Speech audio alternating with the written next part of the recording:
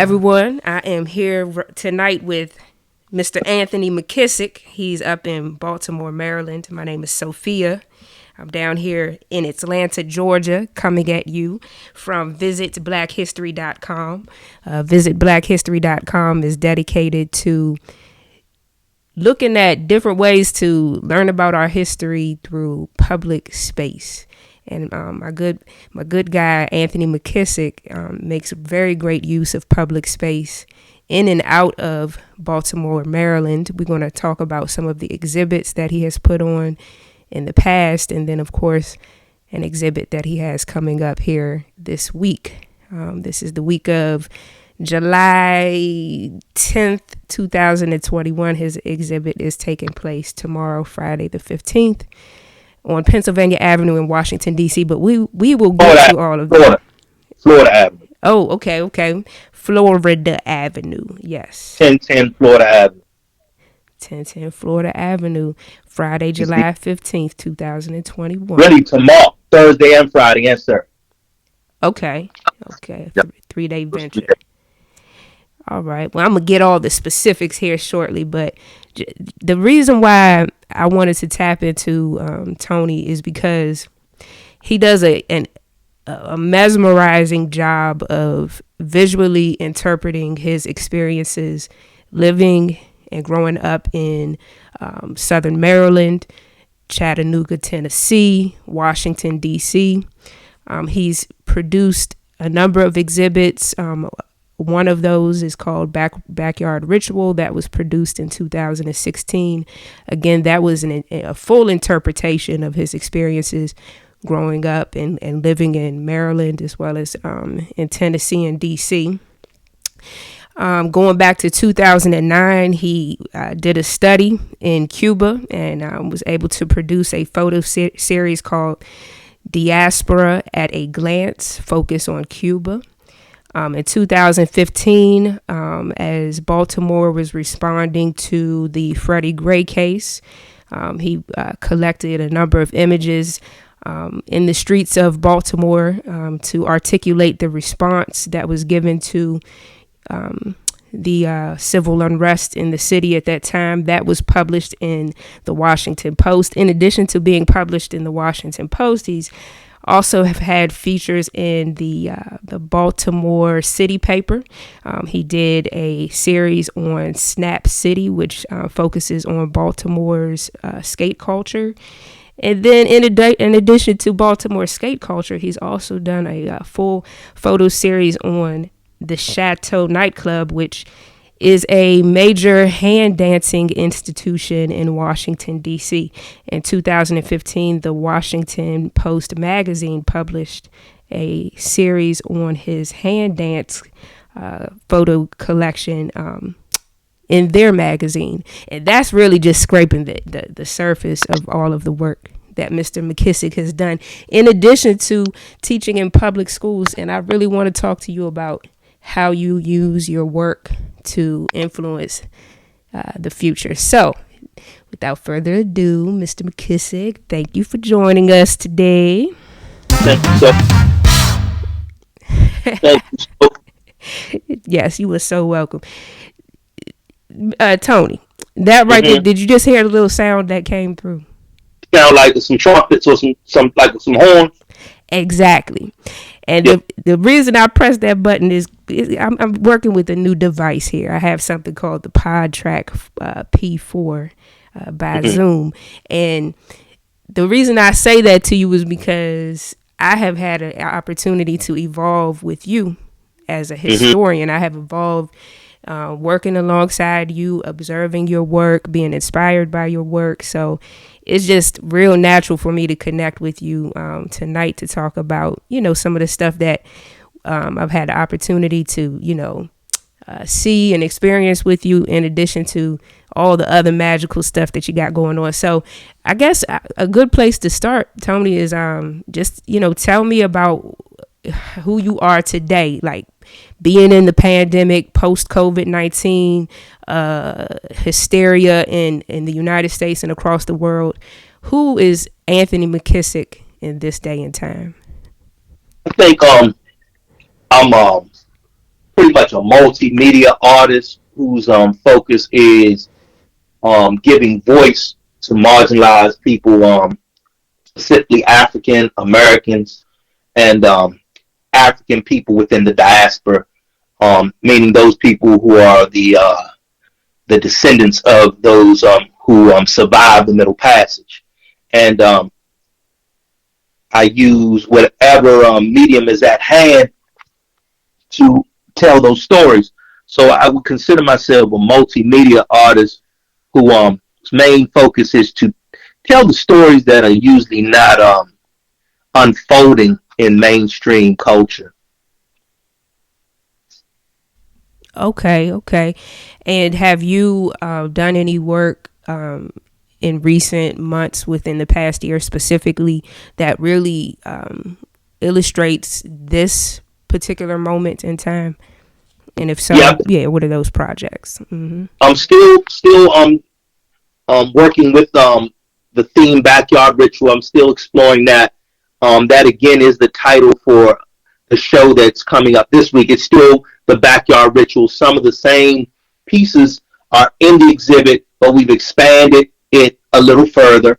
I've also been looking at blues culture in the North Mississippi Hill Country, areas like Holly Springs and places like that, where they have this unique style of blues that they've been able to maintain based on their kind of isolated spot on the map. So really interested in what they're doing. Some of these folks are the descendants of the pioneers of this music. Mr. R.L. Burnside's children and grandchildren are keeping that music going, as well as Junior Kimbrough's children and grandchildren are keeping his contribution to the music, which is called Cotton Patch Soul Blues. So I've really been looking at that space of music in a time where things have kind of become multiculturalized. Some of these folks are still on the fringes and are able to keep their voice kind of pure because they're kind of isolated from the mainstream. So I'm interested in those voices that have not been altered too much by being evaded to the point of becoming pop, Yes.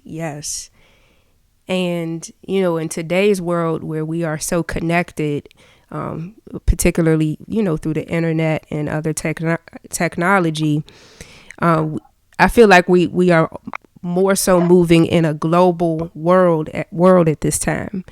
Yes. Every day I wake up, I have alerts. I know what's going on in China, South Africa. I see the styles and the fashion, using Instagram. So how were you able to find, as you said, this isolated community? What research did you do to, again, find this isolated community? Well, I'm always looking for areas within Black culture that haven't been exploited. Let me just make it plain. Haven't been exploited to the point of kind of watering it down and selling it out, if you will, to the highest bidder. So I'm always looking for voice and communal identity activities that are still rooted in a sense of survival mode. Because I think more than ever, we need that. We need each other. We need to pull together, and we need to come together as Black folk so that we can heal and maintain those aspects of our value system that keep us alive, that keep us grounded. So that's what I'm looking for. The things that are truly ours. Those things that not only the elders or the young folk can gravitate to, but we as a whole can gravitate to as a community and recognize them as safe words or spaces that are in a sense, refuges from the storm of mass media, social media, all this commercialism, places that can kind of shelter us and allow us to kind of get back to who we are and kind of catch a breath. You understand what I'm saying? So, Absolutely. And that's why, I visit a lot of Black historic sites and sites in general. And part of my reasoning for going is, of course, to learn about the history. But another reason is like that spiritual cleansing. Is like when I step foot into these places, it's like yeah, certain energy is pulled out and then certain energy is restored. Because if I'm sitting, standing in the the home of Ida B. Wells, or the birth home of Ida B. Wells, yeah, it's like I get the energy of like, okay, I'm gonna be a journalist too, and I'm gonna be the best journalist that I can be based off of the energy that she put into the world. So I definitely freak a dig you with you talking about, it's important to have these spaces where we can have shelter and where we can, disconnect from the mainstream. Certainly. and I also think the beauty of what you're doing and going back or going and looking for these things that off the beaten path, so to speak, they give us a new voice to improvise on because we're part of an oral tradition, and that's the beauty of our tradition. I think is that we don't look at taking what one man does as copying.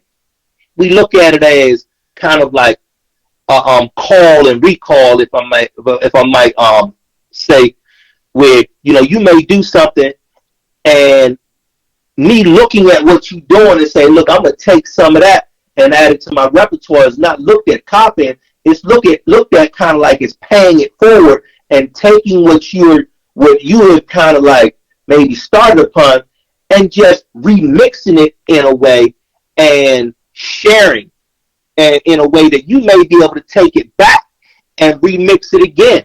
And then it becomes this thing where it may spread bigger to the point where we all can kind of pivot off of each other to create a newness based on that stream of consciousness, that stream of information.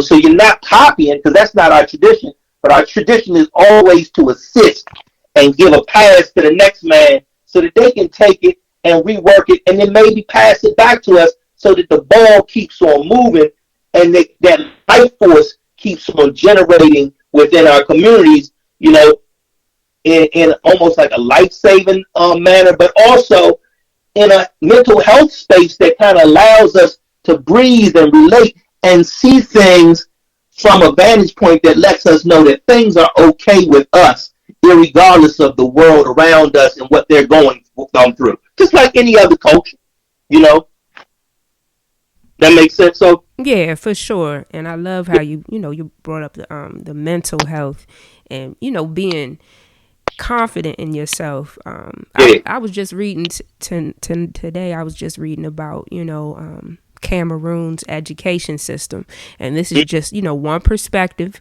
I'm not here to say that this is what everyone is going through in that yeah, country, but there were two students who in 2010 they had published an article, and they were really explaining to the powers that be that it takes away from us for us to not learn our native language in school. It takes yeah. away from us for us to not hear about Cameroonians that have come before us and the victorious things that they have done. So Mm-hmm.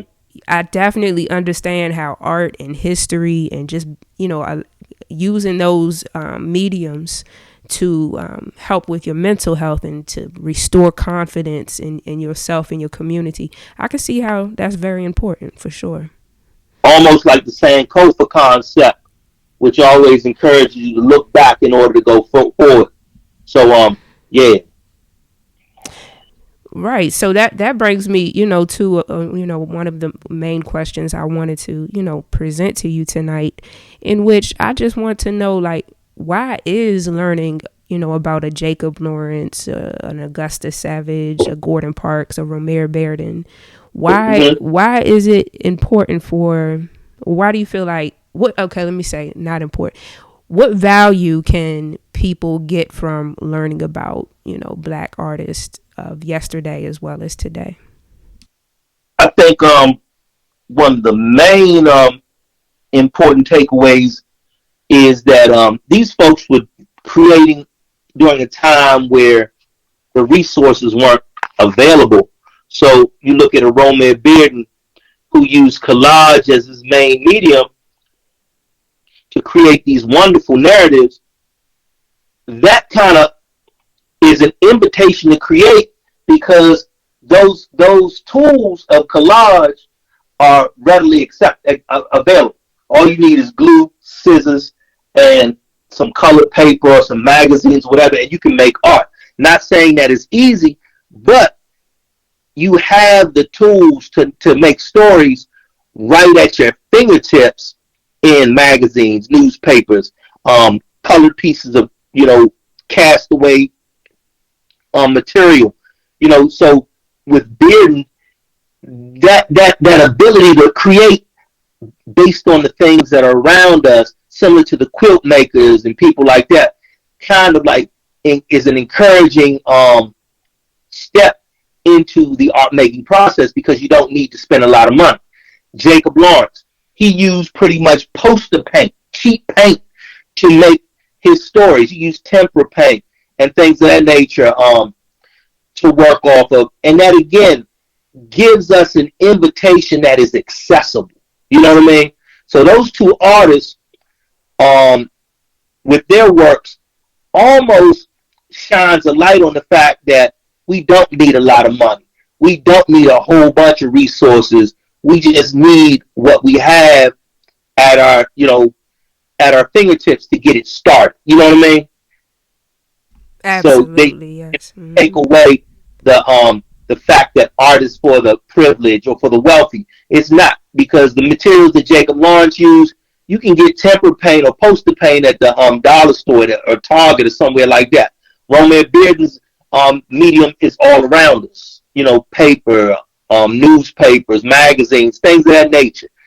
So these artists kind of were inspiring to me, because it was an invitation to create in a space where there may not have been a lot of money or a lot of resources. You know what I mean?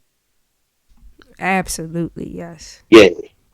And I'm going to reveal this, halfway into the interview. We're cousins. We're family. And I think that's one, that's one of the, for our audience, Tony is my cousin. But that's one of the most intriguing parts of our family history, Tony, is, all of those houses that my grandfather and his siblings built. And knowing that, they built that using the lumber from the land. So it's like, in a similar fashion, I move with a make do with what you've got mode of action. So, years ago when I started out doing oral history, I had like a $25 tape recorder from Radio Shack and a little point and shoot camera that was like $100, and I was just hitting the pavement to collect the material. And I did have a couple of people who were kind of like, well, you shouldn't present your work until you get, equipment that's going to make your stuff look well polished. And I was just like, I'm more so concerned with getting the content out there. So, like you just described with Bearden and Jacob Lawrence, they used the materials that was accessible to them. So why is, like, in your opinion, why is doing history important? Why should that young person who wants to, express themselves through a visual art piece, why should they do that? I think based on, just like you said, Sophie, it counteracts that mainstream concept of stuff. And you need the best. You need this to do X, Y, and Z. Of course, those luxuries are nice to have. If you can afford the best, and if you got access to the best, by all means, get that. However, getting the best material, contrary to mainstream belief, does not mean that you are just going to magically come up with the best outcome. I think the focus, instead of wait till you get the right stuff so that your work could be more polished should be worded as, make sure that you hit the ground running and that you are spending all your energy and efforts with what you have to make your work polished. You see what I'm saying? Because there's no substitute for putting that time in. So I believe time outweighs the material things that we use to create these stories, because they're only tools. You know what I mean? And with today's society, I think we're in such a commercial space that if you don't have the latest iPhone, or if you don't have the latest camera with the larger image sensor, or you don't have this type of paint or this type of paper or whatever, it kind of like lowers the value of your work based on a commercial thinking. However, I think it's up to us to dismiss those myths and do what we need to do on whatever paper we have, whatever camera, whatever phone, whatever paint you have.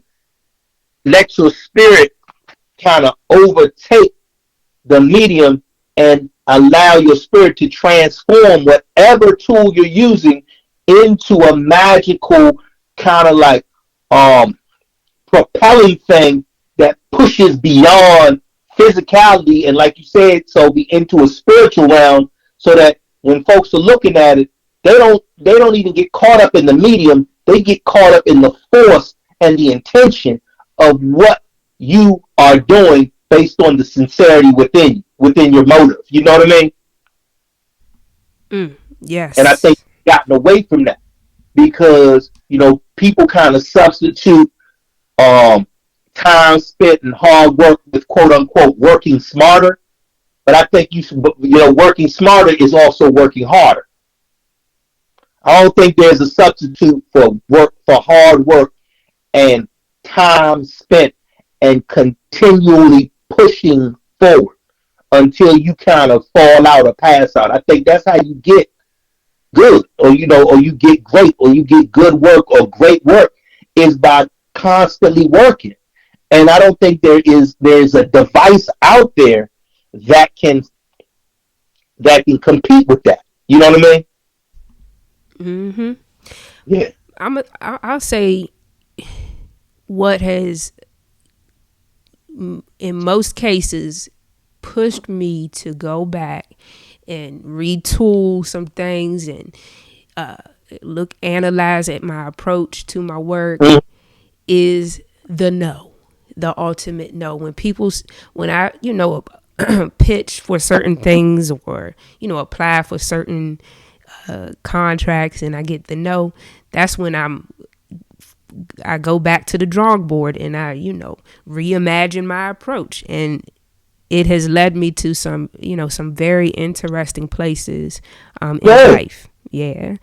And getting the no and having that push you to your next level is great, but it doesn't sustain a lifestyle. So that's my next question. Like, for artists, particularly Black artists, how do you feel about the equity that's needed to, allow us to do the work, instead of other people who may have access to resources and capital to come in and tell our stories? Like, how do you feel about the state of affairs around that issue?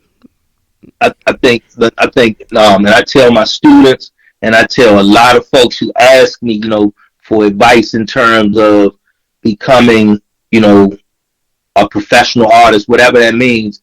My thing is, have a job, have a means to take care of all your other, your responsibilities, and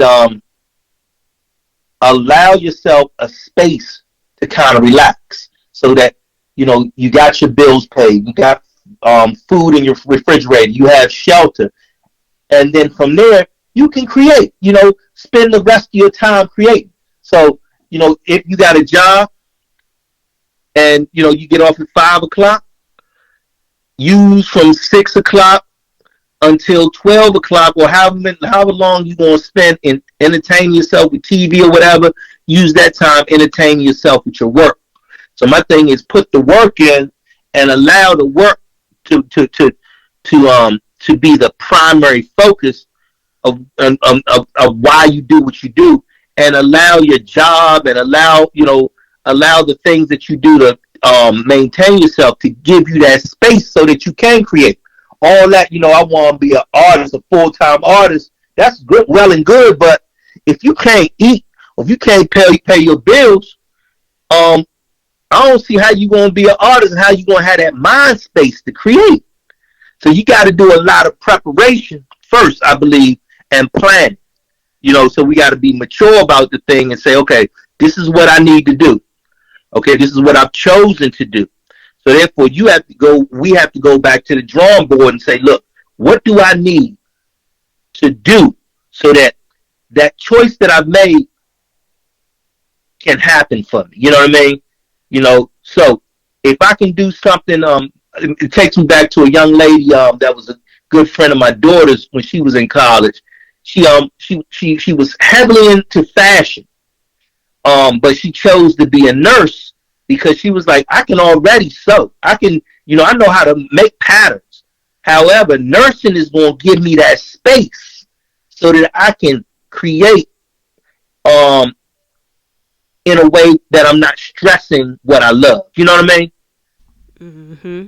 So, I applauded that because you're doing something that's going to take the pressure off of your creativity. And a lot of people feel that if I'm not doing art or if I'm not doing music full time, I ain't really doing it. I think that's bullshit because if you ain't doing it, if you're not eating or if you're not taking care of your business, you won't go down slow and you're going to combust. So my thing is, make sure that you got your bases covered so that you can be that, that artist or that creative. And you might have to do it in the space of watching TV. You might have to do it in the space of in the space of going out. You're gonna have to make some sacrifices with it. You know what I mean? But a lot of people aren't thinking about the artwork. They're thinking about the image. You know what I mean? They want to be an art star or they want to be a music star. Now, if that's what you want to be, say that. And I don't have the remedy for that because I don't believe we decide that. I believe there's an undercurrent and there's something else that decides who's going to get the spoils. So I don't have the answer for motherfuckers who want to be stars or who want to be this thing within the art world because I don't know how that happens. But I do know if you want to create something, if you want to become proficient at something, you're going to have, that mental headspace so that you can focus on it. And by taking care of your basic needs, that's going to give you that space to do what you need to do to be successful in making the things that you are saying you want to make, if that's the situation. Now, if the situation is some image or some idea of what you want to be, in terms of, rewards and accolades, I really don't have the answer for that. Oh yes. And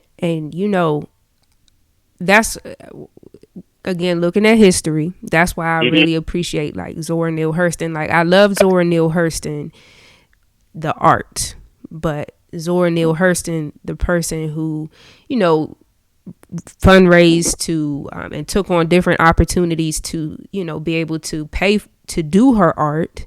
That's really what intrigues me. Working for like the what was the government situation?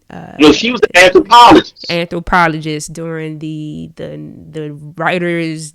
It'll come to me here shortly, but the Federal Workers Administration, like the WPA project. Yes, stuff. Exactly, WPA, and she was out there, working for the government. Still doing her craft, but it wasn't, an independent situation, and she wasn't trying to be a star. She was working. So that's something that intrigued me about your story. You are an artist, but you are also an art teacher. Mm-hmm. And of course, teachers, like nurses, like the lady you just described, these are pretty much careers that we can anticipate being around for quite some time. As long as man is walking earth, we're going to need, educational leaders as well as people within medicine. So Yeah. with you being a teacher, you want to tell us a little bit about that experience, and how you've been able to use your art in that capacity? Okay. Yeah, I'm fortunate enough to teach art, so I never stop creating. I look at my students as another medium. Now I don't objectify them, but I look at the work with them as a force that is twofold. I'm giving to them, but they're also giving to me. So my class is more or less almost like a studio, a working studio where the students have a freedom in which to create. And once I give them the theme, everything is kind of open ended so that they can take a theme and they can run with it any way they want. And I do it this way so that everybody in the classroom is inspiring and is building off of each other, including me. So we create kind of like a cyclical, environment where we're all kind of passing the thing off. I open up with the theme. Then the kids start to work. Then I work along with them. And then sometimes we may even pass the work off. I might take my work and give it to somebody and say, would you mind if I work on yours? So we almost working like an orchestra. You see what I'm saying, Sophie? Wow. And in that way, I never stop creating. And then when I'm done work, it's not like I'm tired because I've been getting all this energy from the kids and the information, and hopefully they get it from me. So after class, the work begins. I come home and I build off of what they've done. Or I might even jot down in my notebook saying, look, on my way home, I do a lot of walking back and forth from school.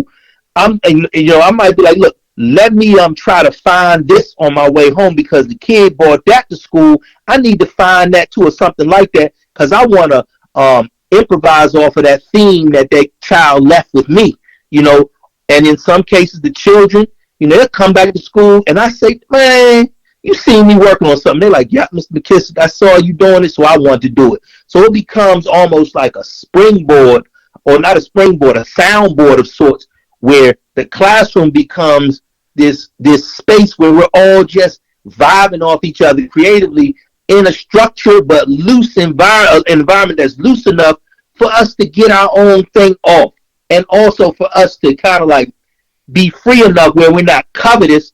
We're working in the open so that the other man can see what we're doing and we can pass the creative ball in between each other. You know what I mean? Almost like a basketball team, but we doing it creative. That's the hope. That's my hope.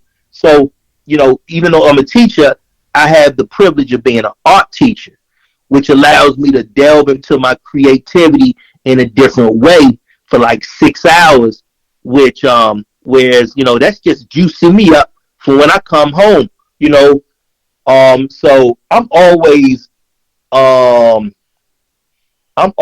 deep in the artwork. All maybe like 16 hours a day, I'm surrounded by it. And it's just a blessing for me, you know.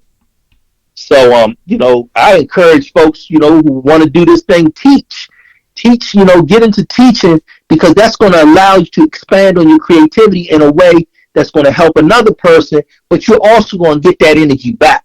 If you're a people person, if you really care about people, if you really care about sharing, so it's not for the faint of the heart, but if you're a person who really cares about sharing and giving and communal learning spaces, I say, man, go in and teach or teach whatever you do, because you're going to get that energy back on you, and it's going to just propel you to the next level. I think at least it does that for me. Wow, that sounds amazing. And I've seen it live and direct. You had the exhibit at the barbershop in Oh yeah, with the kids, and it's mm-hmm. like, just to hear some of their stories. They were walking up to me and just like, yeah, Mr. McKissic really made me believe in myself, working on this project. So are you able to share, some of the ways that the students have told you how that experience has shifted something within them? Yeah, sometimes they tell me, but a lot of times you can see it in the shifts of their, in the shifts of their attitudes and their confidence. A lot of times these children will come to class, a little broken and a little defensive based on what they've been through. And in the best case scenario, the art lessons, or what we're doing in class can open that student up to some possibilities within themselves that can kind of like help to jump that confidence. You know what I mean? So once their confidence is pricked, the sky's the limit. And I think that's the beauty of art, where you if you see something that you can do that is unique in its own sense, and that other people are taking notice of, I think that gives you a window. If you're paying attention to the process, that will give you a window in terms of the possibilities within your intelligence as it relates to other things. So whatever you tapped into to create that visual thing, I believe you can shift that energy and tap into it to conquer all things. You know what I mean? Oh yes. That's just my take on the situation, because that's how I operate. I always come from a visual space. So if I'm having an issue with it, I try to visualize it in my own way. Whether it's abstracted or whatever, I try to break down my solutions visually in my mind.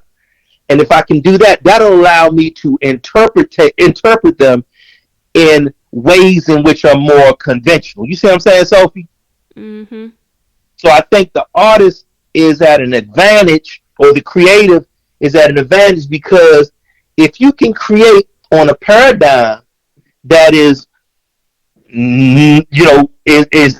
not what the mainstream is doing, I think you can take that same creative intuition and turn it into something that is more mainstream. You know what I mean? You can kind of sneak up on the learning. And I tell a lot of students, if you're having a problem reading, visualize the story. Visualize the story first. And the content. Get the content together first. And if you got the story in your head, I think everything else is downhill, because words, letters, and things of the nature are only fundamental means in which to tell the story. So you already got your story figured out. Vision. Now you just need to work on the fundamental structuring of how to make that story a mainstream document, so that it can exist within within the norm of reading, writing, and stuff, and those things. So say you can't read, say you don't know how to read. If you can visualize what you're trying to say, and you speak it or tell somebody, you got them excited, I believe that's half the battle.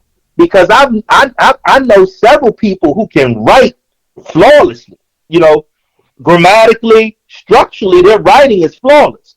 However, the content that they bring to the page or bring to the story could put you to sleep. You see what I'm saying? Mm-hmm. Mm-hmm. So if you got the content, I believe that is the major hurdle, the story to tell.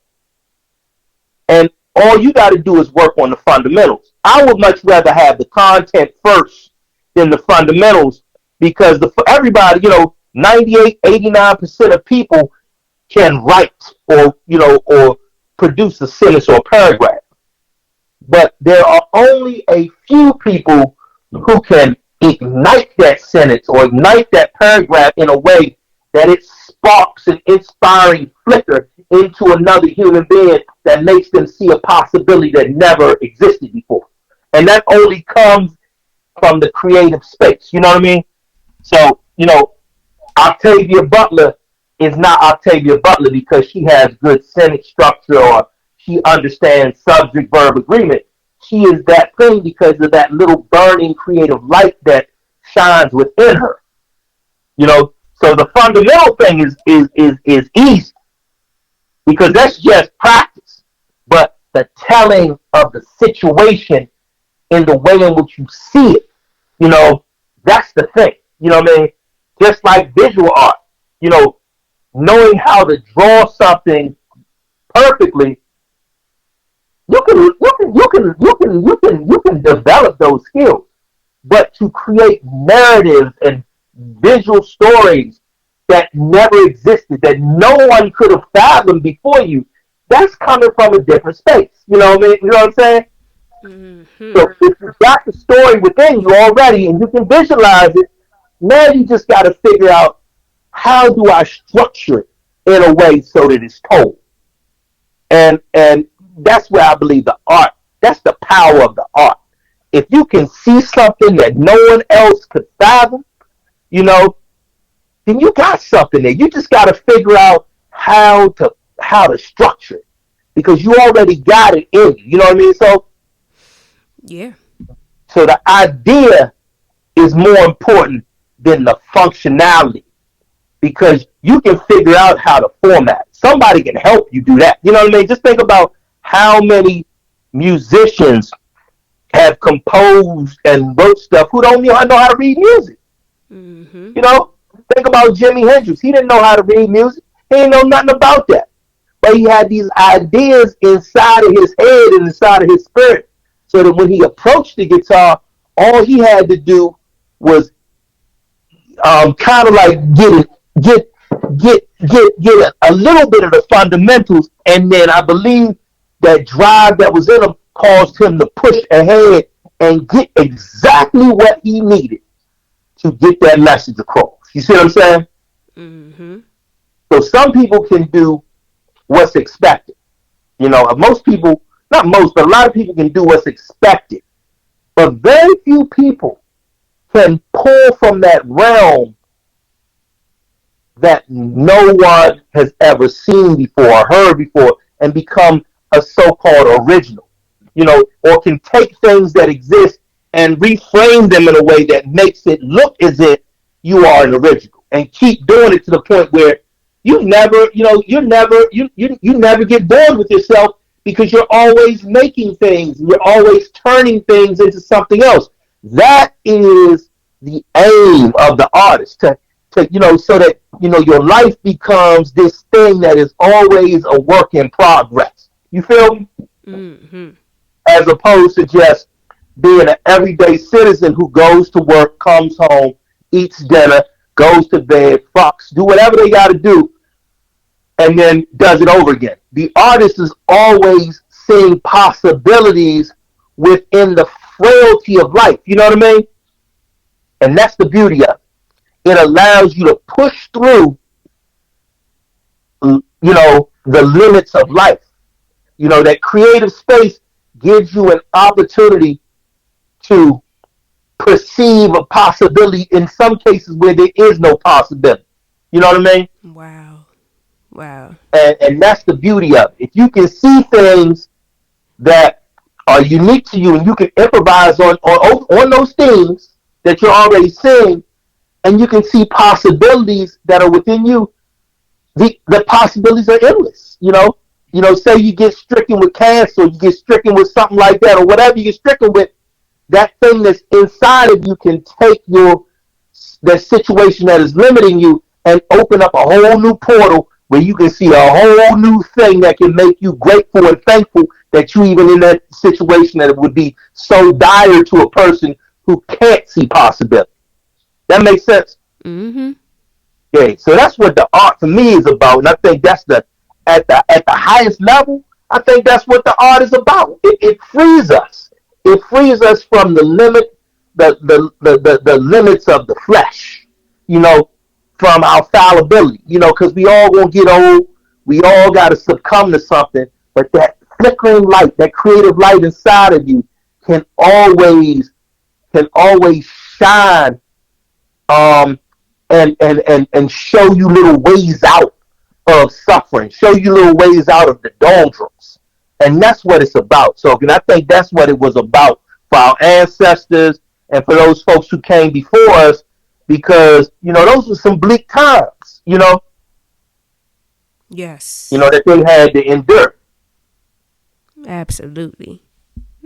And why okay, you could have been an artist and pursued any type of subject matter, but I see that you typically stay within the diaspora.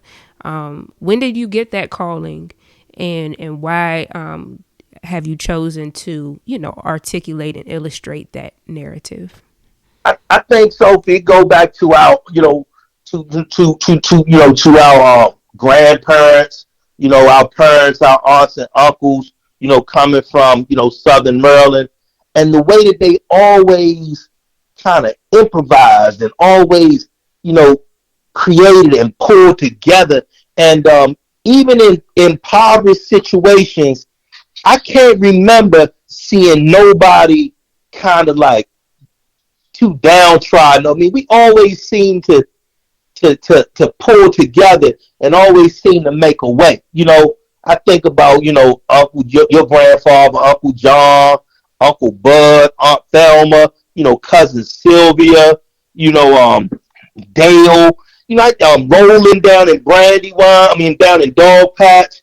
I just think about Montreux. Think about how they always made pleasantries out of what they would get. You know what I mean? I even think about the family reunions that we had. I just think about all the things that we were able, that our forebears were able to do to create a space that was not just bearable, but to create a space that was pleasant and that was welcoming. And that is, to me, that is the beauty of our people who were brought over from Africa and forced into a lifestyle that was pure hell, but through their industrious nature and through their creativity, they were able to make a way out of an impossible plight. You know what I mean? And I just owe it to them, and owe it to that spirit to kind of always celebrate that. That's just something that is at the forefront of my of my work, and my choices. I'm always going to choose to celebrate that power of the human spirit that lies within our survival as a people. And I get that from our grandparents, Sophie, our uncles, our aunts, our cousins, just watching them. You know what I mean? Yeah. That's powerful. And because Tony chooses to celebrate those that have come before him, you can own these beautiful pieces of art. I mean, Tony, you create quilts, a number of different of visual artwork, including photographs. Mm-hmm. Can you tell us a little bit about the work that's going to be featured in this upcoming exhibition? Okay, it's there's collages, there's drawings, there's one quilt in the exhibit, there's a painting. We also have some like these bottles that they're filled with with moonshine that was made in Georgia, to kind of like celebrate that, that working in the margins, working in spaces where there was no permission granted, but we creating things that folk need, and they don't know how we creating them. But in some cases, it's illegal because we're creating, not because it's created, for some type of purpose, but it's created because they couldn't tax it and they couldn't put a finger on it. So we celebrating that. We celebrating every element of our people that is part of the survival mechanism, the taboos that we see and that we whisper about,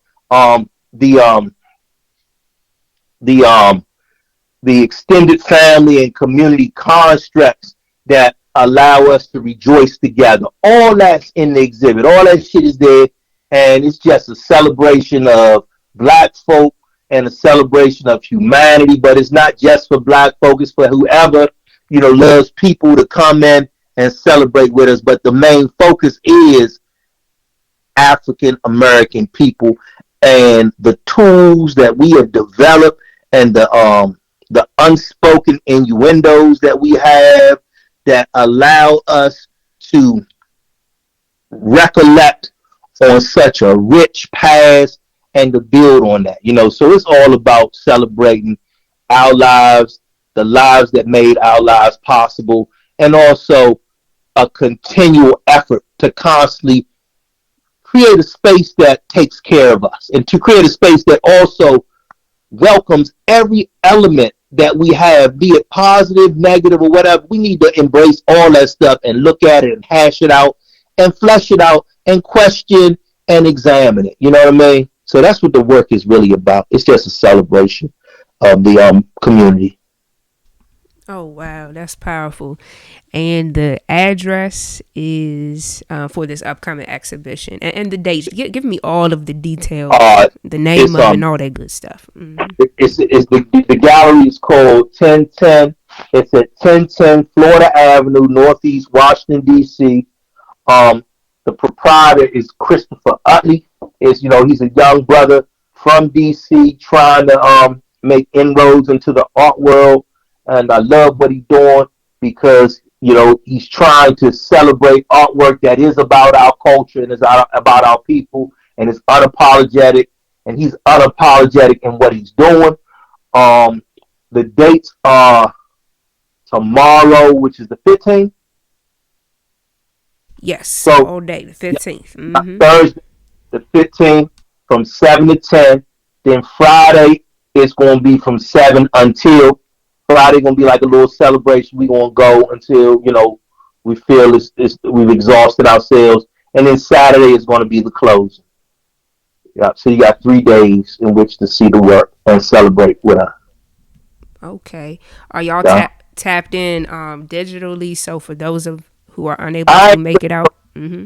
I ain't really tapped in digitally, and I don't know if Chris is, so we'll figure something out. I'm pretty sure, we'll figure something out, but this something that you want to come and experience in the flesh, in person, because I ain't really down with no Zoom stuff yet. I know how to participate in Zoom meetings and all that, but that I don't know how to run that stuff, and so I gotta get up to speed on it. But this gonna be something that people probably want to come to and experience.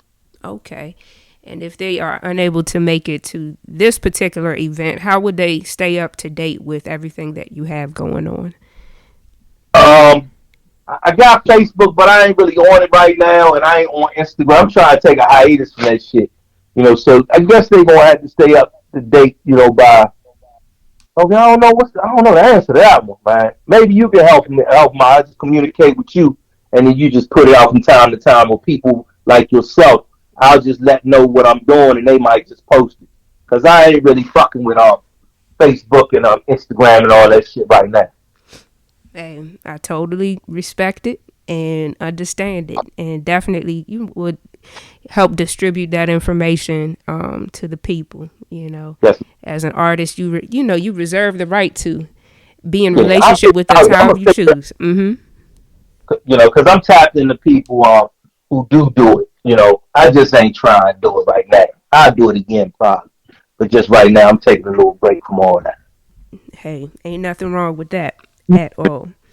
And I'm surprised you're taking a break because you're always, learning something new. So I was able to, get just a scratch the surface with you tonight. And, you're a wonderful, wonderful artist. And I anticipate being able to, talk to you about different projects, from here on out. But for tonight, I want you to show people something that you've been working on recently.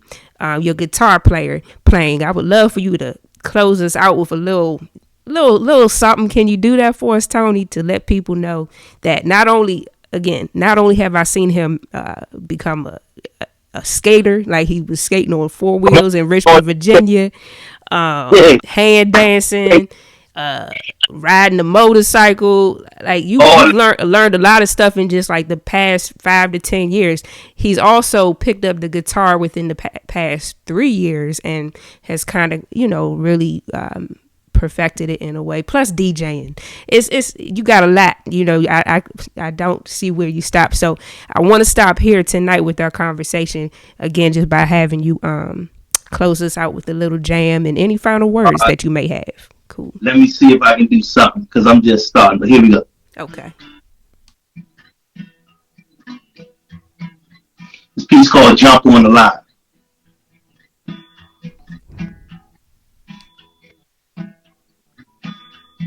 See my jumper, Lord, hanging out on the line.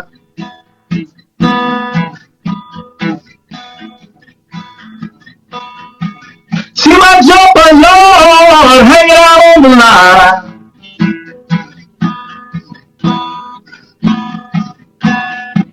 Know that something's on my mind. Don't you let my baby ride now. Don't you let my baby ride. Fix my supper, Lord, and then let me go to bed. Fix my supper, baby, Lord, let me go to bed.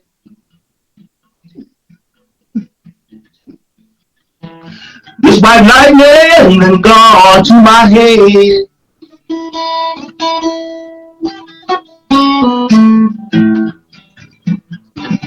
Don't you let my baby ride now. Don't you let my baby ride. How was that, so? Hey, listen, it felt like I was riding through the back roads of the South. Yeah. Hey, let's call "Jump on the Line" by R.L. Burnside. That's right. I mean, just playing with it. Hope I ain't fuck it up too much. Listen, it came from the soul, so you didn't do anything wrong with it. But I appreciate everything tonight. You got any final words or anything you want to say before we go? No, so we just appreciate you, man. Can't wait to see you when you come back up this way.